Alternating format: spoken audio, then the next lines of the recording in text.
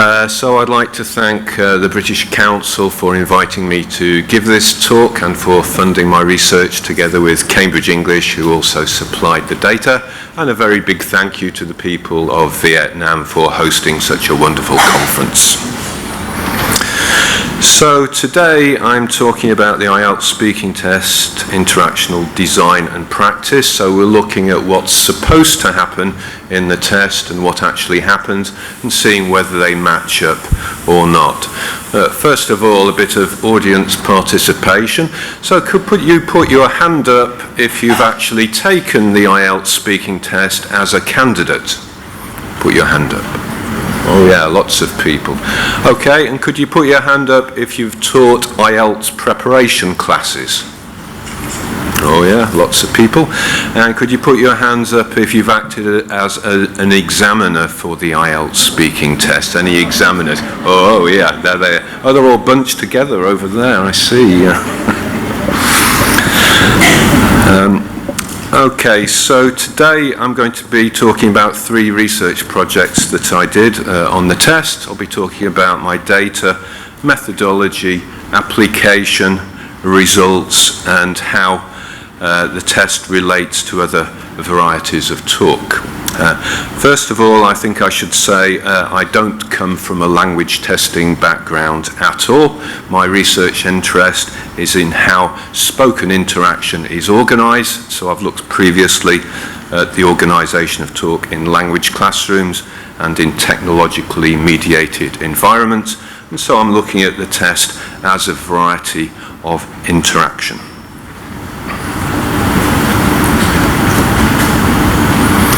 So, what is the Ielts speaking test? Well, lots of you seem to know it better than me, actually.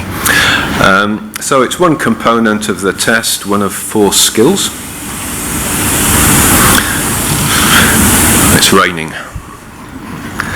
And it's predominantly used to assess and predict whether a candidate has the ability to communicate effectively on programs in English-speaking universities.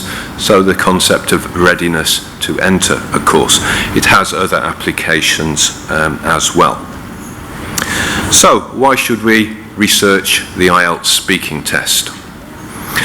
Well, first of all, it's a very big enterprise. There are over 7,000 certified examiners, some of you in this room, and you're administering over 2.7 million tests each year, over 1,100 locations in 140 countries.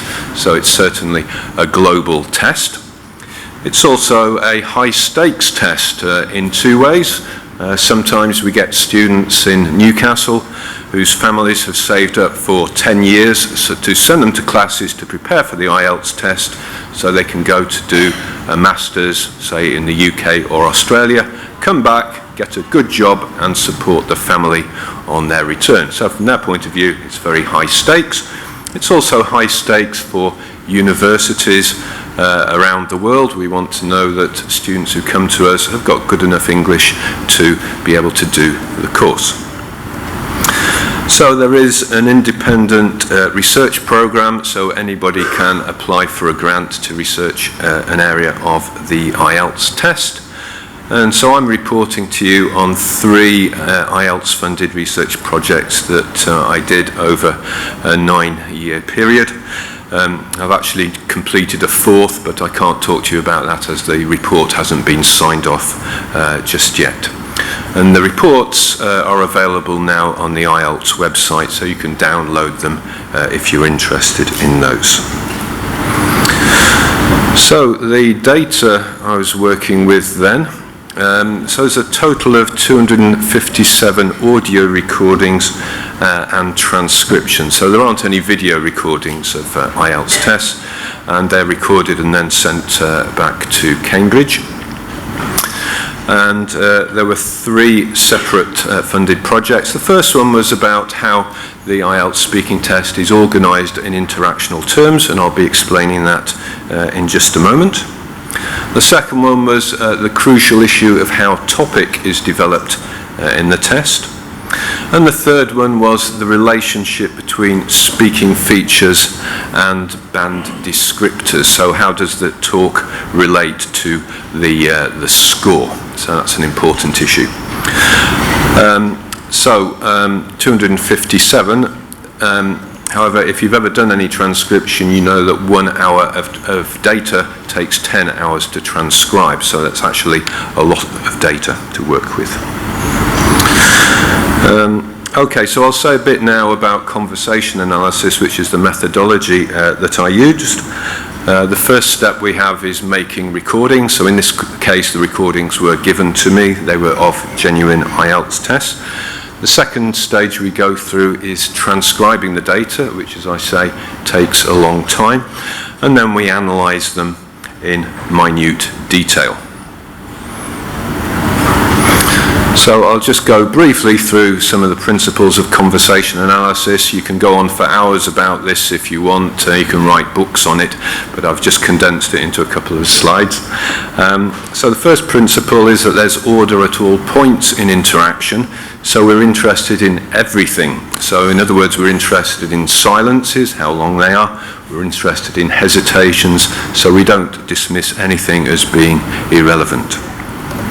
Second thing is it's empirical bottom-up analysis, which means that we work from the data, so we don't start the analysis with ideas in our head about what we're expecting to find. We look at the features in the data. So one way of understanding how we do this is that we ask 3 questions. Why that in that way right now? So we're seeing interaction as being an action, as performing social functions. So that's the why that question.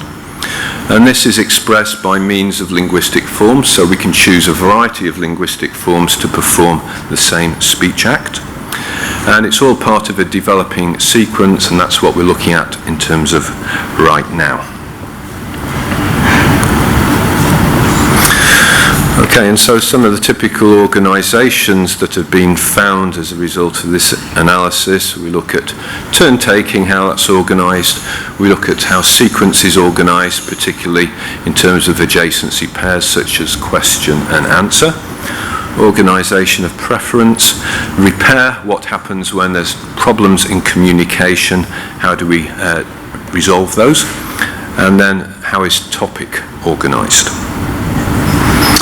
Okay, so you might say, why should we bother doing conversation analysis for something like speaking tests?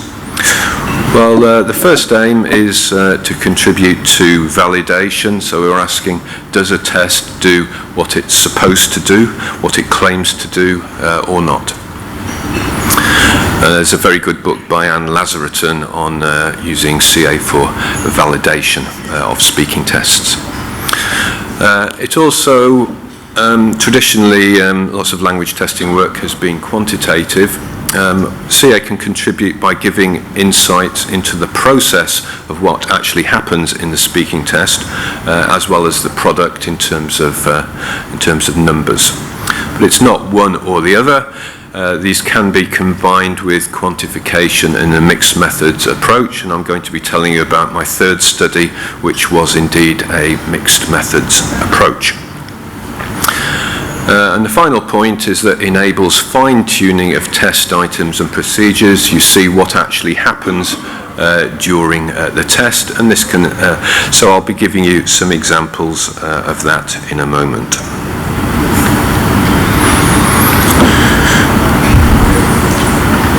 Okay, so let's just do a description of what happens in interactional terms in the test. So, terms of turn-taking and sequence then. What we find in the data is that it closely follows the examiner instructions and the script.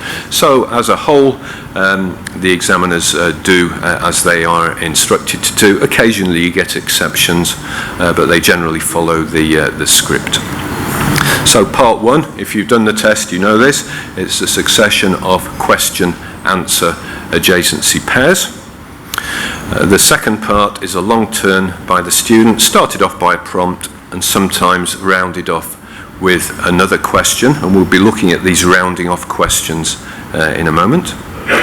And part 3 is another succession of question-answer adjacency pairs.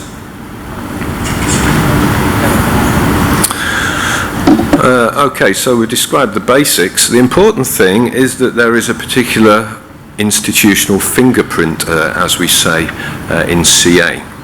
So all examiner questions in the Ielts speaking test contain two components. They have an adjacency pair component, and that requires the candidate to provide an answer, but they also provide a topic component which requires the candidate to develop a specific topic, and they are not the same thing. So to show you the difference, we'll have a look at extract 1 on your sheet there. You should all have a sheet in front of you. So, extract 1, the examiner says, do you think that you'll travel more in the future? Yeah. When you're older? Yeah. Okay, so we can see that the candidate has answered the question twice, right, but has not developed the topic at all. So what do you think? Is this candidate going to get a high score? No, definitely not. I think this one got a 5. That's right. Okay, so there are actually two components there. Why is that important? It means that the topic scripted question-answer adjacency pair is an extremely economical and efficient way of doing the institutional business. So what you get in the Ielts test is you get homogeneous input. What the examiners say to the students is scripted, and it's the same for all candidates, right? So you have homogeneous input to ensure a level playing field. But what you get from that is very diverse output. Okay, and the reason for that is you have two elements to the question. Okay, so basically a speaking test would be pretty much a disaster if everybody said the same thing as an answer, wouldn't it? Right? So what you want is a range of outputs to enable you to differentiate between the top and the bottom students. Okay, so let's see how that works in practice then. We'll have a look at extract 2 on your sheet there. So the examiner says, okay, so what qualifications or certificates do you hope to get? Well, after I get my degree in May, I'm hoping to probably work in England for a while, and in order to do that, I have to do further exams. Unfortunately, but then I just hope to progress further in my field. Okay, let's move on to talk about some of the activities you enjoy in your free time. When do you have free time? Rarely. I try to pace myself generally in terms of getting a lot of work done during the week, so I can at least relax a bit at the weekends. I like to look at movies, go shopping, have a chat with friends. So this candidate's got a score of 9. Now, it might look at first sight quite simple in interactional terms, but if we analyse it in detail, we'll actually see it's quite complex. So in the first part of the answer, C constructs a 4-phase narrative presenting a vision of his or her future. Topics developed as an action which develops a personal identity and has the potential to engage the listener with him or her on a personal level. So in lines 41 and 42, we can see that the examiner actually introduces two topics, namely, what are the activities that the candidate enjoys, and the question of when he or she has free time. So of particular note is the way that the candidate engages in lines 43 to 46 with these two topics in reverse order and then connects the two. So in line 43, C's utterance rarely answers the second question. The answer to the first question doesn't actually come until line 45. So C skillfully manages a transition in topic in lines 43 to 45 to move from the second topic to the first. So in other words, moving from lack of free time to free time activities. And this is accomplished by the explanation of pacing himself or herself to work hard during the week to free up relaxation time. So it projects an image of C as being somebody who's ambitious, hardworking, internationally mobile, gaining a number of qualifications, somebody who plans their time carefully and has a clear vision of their life and their future. Like everybody here, I'm sure. Right, so C has developed a narrative of his own personal life which projects an identity and enables a listener to engage with this. And the narrative is carefully structured in relation to temporal sequence. So lines 37 to 40 portray 4 different time phases, one of which is not in linear order. Lines 43 to 46 show the ability to present generalizations about time. So we can see from an interactional analysis then why it is that this candidate's got a score of 9, and we can see why the topic scripted QA adjacency pair is very efficient at delivering this diversity in terms of answer. Okay, how about interactional trouble? How does that arise and what is done with it? So trouble arises from candidates when they don't understand questions posed by examiners. They usually request repetition. Sometimes they ask for a reformulation or explanation of the question. Trouble can also arise, even for the best candidates, by questions which are topically disjunctive. In other words, they break up the flow of the interaction. And we'll look at some examples of these in just a moment. So, how is repair organised? Well, examiners have training and written instructions on how to respond to repair initiations by the candidates. So in part 1, they must repeat the test question once only, but not paraphrase or alter the question. Sometimes they slow the question down a bit. The organisation of repair in the test is highly constrained and inflexible. And the reason for this, it's in relation to the institutional attempt to standardise the input of the interaction and thus assure reliability. So all candidates get the same input, and that then is in order to assure reliability. So what we find in the data then is that examiners very rarely conduct repair in relation to candidate utterances. Occasionally you get some examiners who decide they're not going to follow the rules and help one candidate, but by doing that they are of course disadvantaging the other candidates who don't get the same help. Why is this then? Well, the institutional aim is not to achieve intersubjectivity or understanding. It doesn't matter whether the examiner understands what the candidate says, and its aim is not to offer formative feedback. That's what you get in classrooms. The aim is to provide data to assess the candidate's talk in terms of Ielts bands. So to illustrate this point, let's have a look at extract 3 there on your sheet. So an example of trouble. So the examiner says, what qualifications or certificates do you hope to get? Sorry? What qualifications or certificates do you hope to get? Could you ask me in another way? I'm not quite sure about this. It's all right, thank you. Can we talk about your childhood? Right, now this might sound a bit strange in terms of discourse, but I look at discourse in all types of institutional settings, shoe shops, hospitals, law courts, and institutional talk has strange features to it which are not like conversation. So there's nothing exceptionally strange about this type of transition.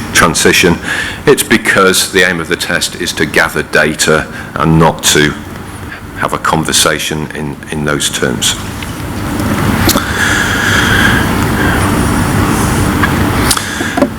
Right, so you may say that's all very well, how the interactions are organised, but what's the use of this in terms of language testing? So the question then is, how can CA inform test design and examiner training? Is it of any use? So we'll be looking at these things. We'll be looking at how problems can be located and test design can be fine-tuned. And we're looking specifically at topic disjunction, where topic doesn't flow correctly, and recipient design, how people understand things. So we've got some more audience participation now. So here we've got 4 questions. They normally come in sets of 4 for the examiners, as you'll know if you're an examiner. Now, they're all about the same thing, which is films. Now, one of these questions caused interactional problems for the candidates. So can anybody tell me which question it was? Any guesses? 1, 2, 3 or 4? 2, you think? No, it wasn't 2, no. 4, yes. It was question 4. Any ideas why? Guess what the problem was? No? Okay, we'll have a look at what the problem was then. So 8 out of 32 candidates in the data had a problem with the question. So we'll look at extract 4 for an example of what happens with this question. So extract 4, the examiner says, would you like to be in a film? Sorry? Would you like to be in a film? I? Yes, you. No. Okay, let's talk about shopping now. Right, so you can see what's happened here then is that the first 3 questions are about reality, and the 4th question requires a shift in perspective, and it's unmarked and unmotivated. You've got to shift to a fantasy question, and that's why some of the candidates were thrown by this question. And so that then has got implications for question design, making sure these sudden shifts, which might throw candidates, don't occur.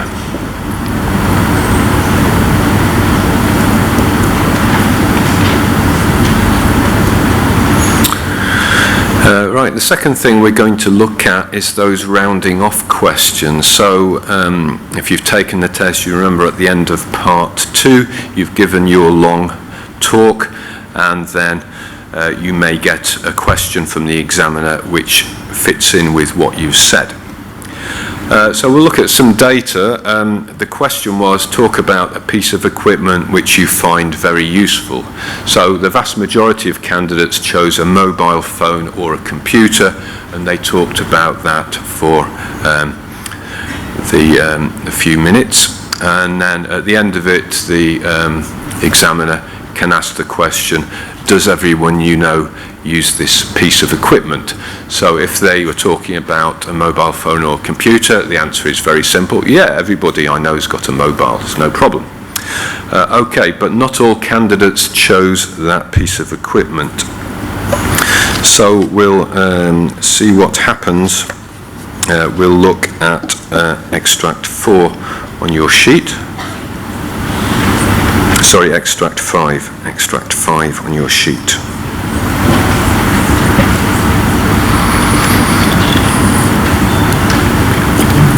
So the candidate is a doctor, a medical doctor, and he's chosen to talk about a stethoscope. So the candidate says, so that really convinced me that this is a key instrument for us, yeah, and I think it's really helpful in diagnosing diseases. And the examiner says, right, thank you. Does everyone you know use this piece of equipment? And the candidate is confused by this. Sorry? Does everyone you know use this piece of equipment? Yes, as I told you, even in dramas and every person. So again, we see the candidate's being thrown by this. The candidate is really very high level and speaks very fluently all through the rest of the test, but finds it a strange question. Well, of course, not everybody I know uses a stethoscope, right? So the problem there is that the question, does everyone you know use this piece of equipment, is disjunctive. So we see that sometimes these types of questions are disjunctive in practice, as they may not fit into the flow of interaction and topic which has developed. It depends on the choices that the candidates make. And so they create trouble when they're worded in such a way that they ignore the local context in which they're produced, and they ignore the flow of the topic.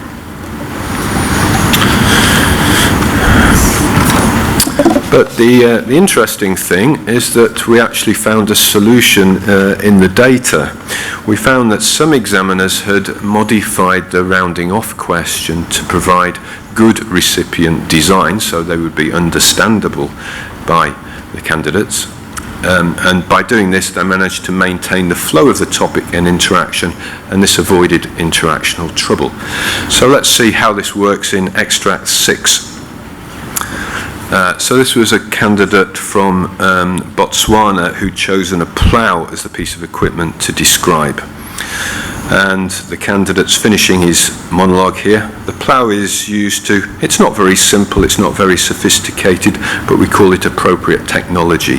So it can be used, I'm sure it's very widely used in Botswana because it's always pulled by oxen. They're pulled by oxen, needed to. The examiner says, does everyone you know use a plough like that in the village where you live? And so the candidate says, I could say 60% of people use the plough because they cannot afford to pay for the tractor. So here what the examiner has done is to adapt the question to the flow of the interaction and the context. So instead of piece of equipment, he said plough and where in the village where you live. So that's a very neat solution, and so that can be then used for examiner training, how to adapt a question, a rounding off question, to interactional flow. So the model for application in test design is that microanalysis shows how trouble arises with specific test features. Microanalysis also shows how some examiners avoid this trouble. And so this suggests a solution for training of examiners.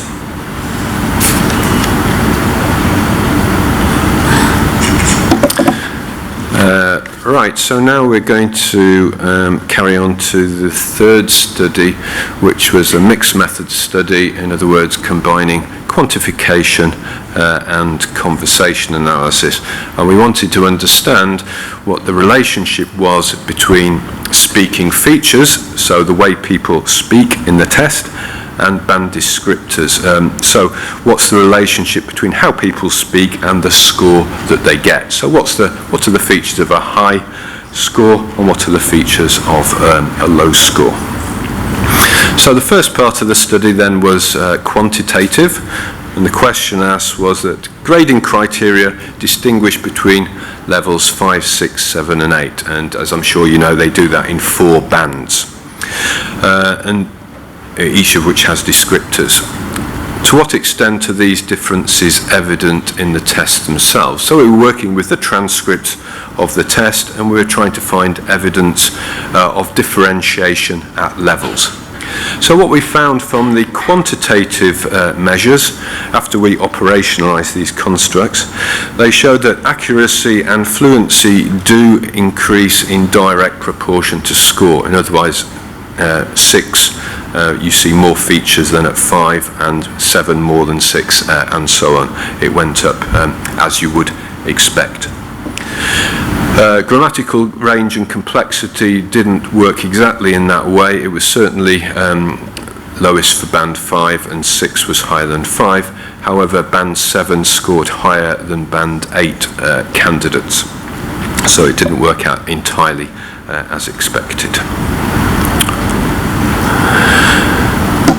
And then we did the conversation analysis part, which was looking at the data from a completely different perspective. So we forgot all about the band descriptors and we got 4 piles of transcripts and tried to look at them and see what the features were in each of those, at each of those levels. So the analysis showed that there was no single speaking feature that distinguishes between the score bands. Rather, in any given test, a cluster of accessible speaking features lead towards a given score.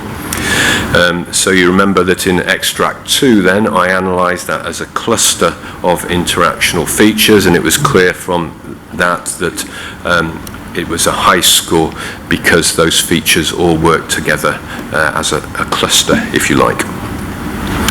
One problem we still have is that we don't have enough knowledge of how examiners make their judgments when they're doing the Ielts speaking test, so I'm hoping to do a project in future which looks at that area.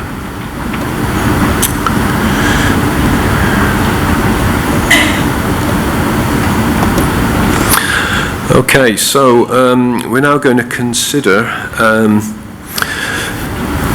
a more general point. So we're going away from the Ielts speaking test specifically, and it's the more universal problem of assessment and of speaking tests.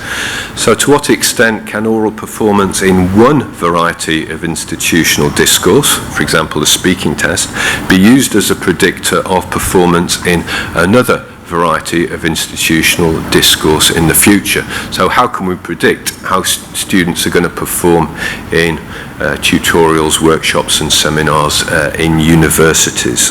How can this be done? Well, what we can say about the speaking test, it's a very clear example of goal-oriented institutional interaction. There's an extremely high degree of pre-allocation of turns. The examiner reads out scripted prompts. How does this relate to the second language classroom and to university seminars and tutorials? In second language classrooms, I did a previous study on this, there's quite a variety of interaction which occurs there. Some test tasks are similar to some second language classroom tasks. Some classrooms are now based on a task-based approach, so there are some similarities there. There are also some sequences in the Ielts speaking test which are similar to those in university seminars and tutorials. But the big problem is that we don't know enough about interaction in universities to be able to generalize. What we know from my university is that there's huge variety of types of interaction. We've looked at workshops in education, workshops in marine technology, and they're incredibly different, right? So it's rather difficult to generalize about interaction in universities at the moment, but hopefully we'll know more about that in the future.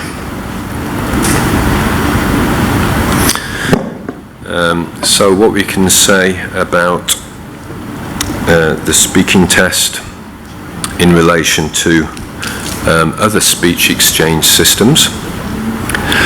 So repair in speaking test interaction differs significantly from interaction in classrooms and university settings, because there the achievement of intersubjectivity or understanding is highly valued and omni-relevant. Okay, but it's got a different institutional goal. They're trying to teach people things, but in speaking tests what you're trying to do is gather data to evaluate people's proficiency, a very different activity, and so that's why achieving understanding is not necessary from an institutional point of view.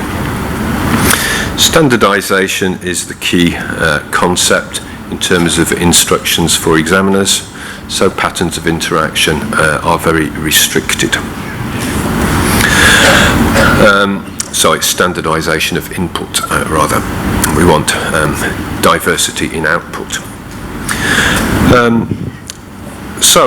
Sometimes people ask me, does the Ielts speaking test do what it's supposed to do? And my answer is yes. So I've looked at lots and lots of data, and overwhelmingly the examiners follow the script. There are some that don't follow the script, and occasionally you get things going wrong in the flow of interaction, which I've shown you some examples of, but all of these can be tweaked. And the Ielts speaking test has gone through various incarnations over the decades, and no doubt it will be revised again in the future. But basically, as we say in England, it does what it says on the tin. Right, so got to show an acknowledgement for the grants that I've received.